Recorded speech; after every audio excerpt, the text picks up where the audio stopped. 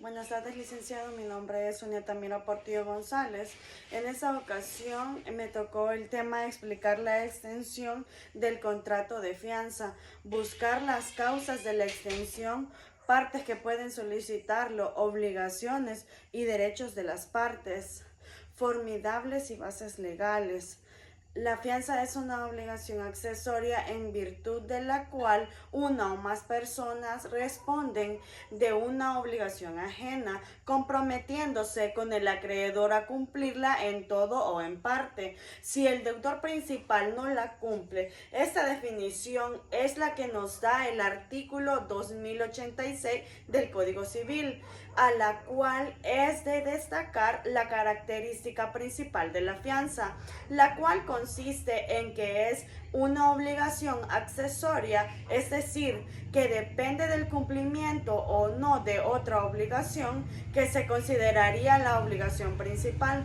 Como consecuencia de esta, nace uno de los principios fundamentales sobre la extinción de la fianza, y es que toda causa de extinción de la obligación principal originan necesariamente la extinción de la fianza.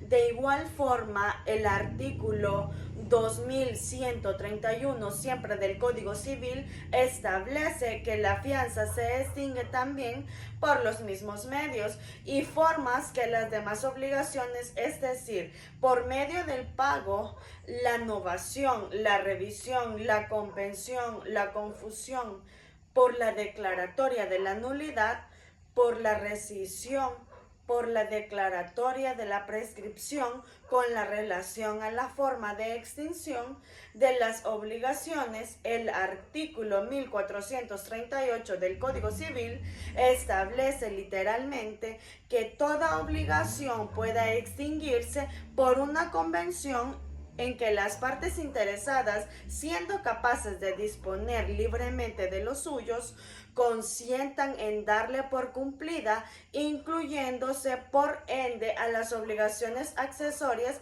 tales como la fianza.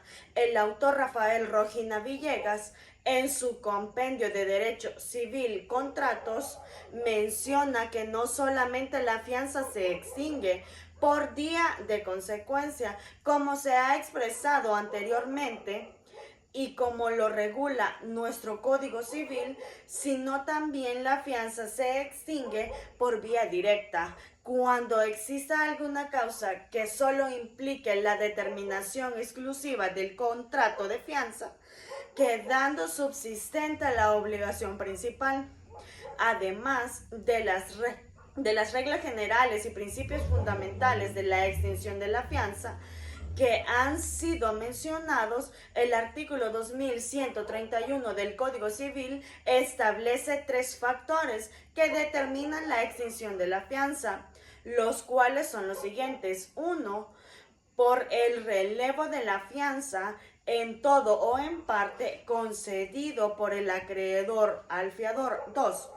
En cuanto al acreedor por hecho o por culpa suya ha perdido las acciones en el que el fiador tenía el derecho de sufragarse.